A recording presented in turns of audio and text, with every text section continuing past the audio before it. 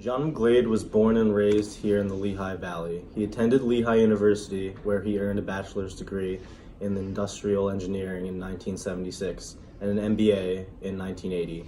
McGlade joined Air Products in 1976 as a participant in the company's career development program. He stayed with the company following the 3-year rotational program and rose through the ranks. He has held various positions with increasing responsibility within the organization, including general manager of different divisions and vice president with global responsibilities.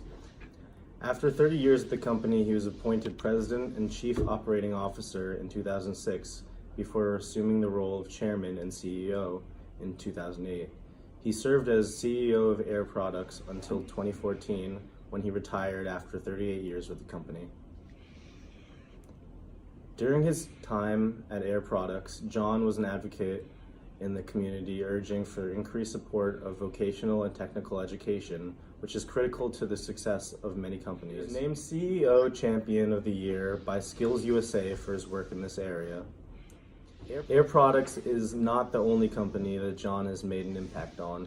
He served on the board of directors for both Goodyear Tire and Rubber Company and the American Chemical Society.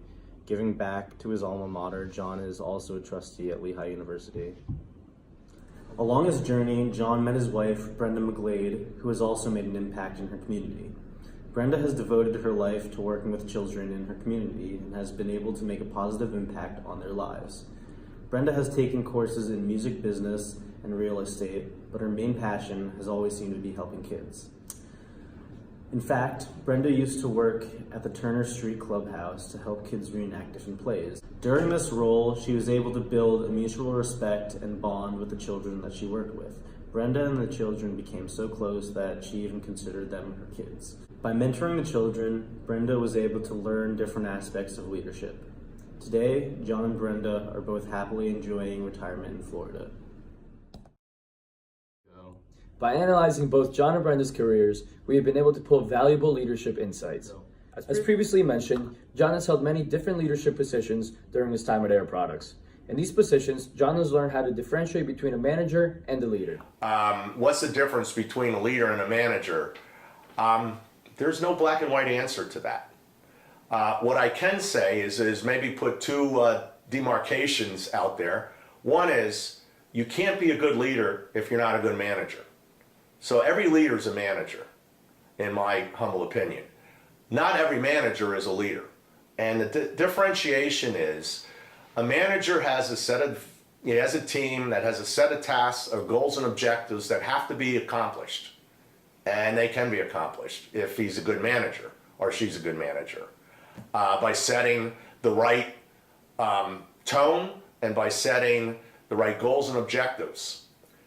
Unfortunately, many managers, given their desire to achieve the goal, if the team is drifting or not achieving the goal or on a time frame that's required, their first instincts is, well, I've been there, I've done that, and they're going to jump in and go from coaching and advising to doing. A leader has to set all of those same goals and objectives. He has to have all the same, or she, the same expectations of the team. But a leader is going to stand there and he's going to provide vision, he's going to provide mentoring, they're going to provide coaching as required, but they're not going to do it. They're going to encourage and empower and create an energy within that team. John also learned that having empathy for the team is critical for successful leadership. As John mentioned in an interview, you can't ask the members of your team to do something you wouldn't be willing to do yourself. In this same interview, John also explained that the most valuable tool he has used in his leadership position so far is to hear, listen, and understand. In conversation, you always hear people, but to be an effective leader, it takes more than just hearing. Leaders need to be active participants in conversations and listen to what people are trying to communicate to them. To truly understand, they must ask follow-up questions to ensure that they can use what they listen to in order to respond appropriately. John also shared insight that he gained from one of his favorite books, Built to Last by Jim Collins. Get the right people on the bus, get the right people in the right seats, get the wrong people off the bus. John shared that originally, he interpreted this as meaning the most qualified people with the most relevant work experience. John later heard Collins in a lecture where he explained what he really meant by this. The right people are the ones who you believe can look around the corners. They aren't stuck in the past. Because of how rapidly the world is changing, you need to be able to change with it and adapt to it. Brenda McGlade has also held leadership roles throughout her life, mostly involving working with children. Based on her experience, she shared her perspective and valuable insights about leadership.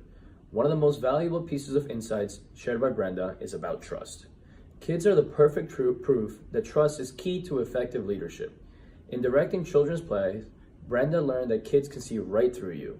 If you pretend to be someone you're not, you will end up losing their trust. Imagine I'm a manager at a successful company. An employee of mine is working on finalizing our earnings reports for the quarter. I am very busy with other projects and trust this employee to get the job done. One day, this employee comes to me and explains that there might be an issue. I look over the report but don't see a huge problem, and the report is only for the quarter, so I brush it off as a fluke. It's a busy day, I have bigger problems. A week later, this employee asked to meet with me in a more formal setting. In this meeting, she brings up the same report. She was trying to tell me that there is a very concerning issue, and we haven't received payment from one of our biggest customers in 2 months. This significantly affects our ability to report our financials. I took time to work through the report with the employee, asking questions and developing a plan to move forward.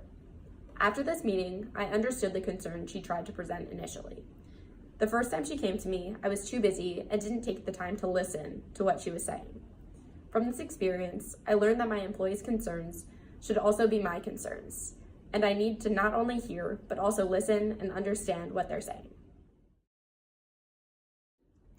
As a manager, I have many different teams that work under my supervision and report back to me. One of the groups that I supervise is working on developing a new software program that will be implemented across the department. In forming this team, I recruited some of the best programmers across different groups of the company. Recently, I noticed this group wasn't delivering the results that I expected out of them, so I attended some of the group meetings to see how they function as a team. I realized that while many of the members of the team had good ideas, they lacked a shared vision and the communication skills that were necessary to successfully complete this project. I realized that I had taken the wrong approach in selecting the members of the team. I focused heavily on the technical knowledge and background of each member when I needed to consider how the members would work together to achieve their common goals. This leadership concept is one that John McGlade recognized in his professional career. As CEO of Air Products, John had many different issues to handle. Air Products employs individuals at all different levels, from upper management to drivers who work hands-on every day. For some who work in an office, it can be easy to overlook some of the employees hard at work. Technicians, for example, require special technical training and are vital in maintaining Air Products systems. John recognized the value of these employees and also the concerning lack of people with the required technical training. He recognized that employees like technicians are an integral part of the complex systems and advocated for an increase in vocational education in the Lehigh Valley area.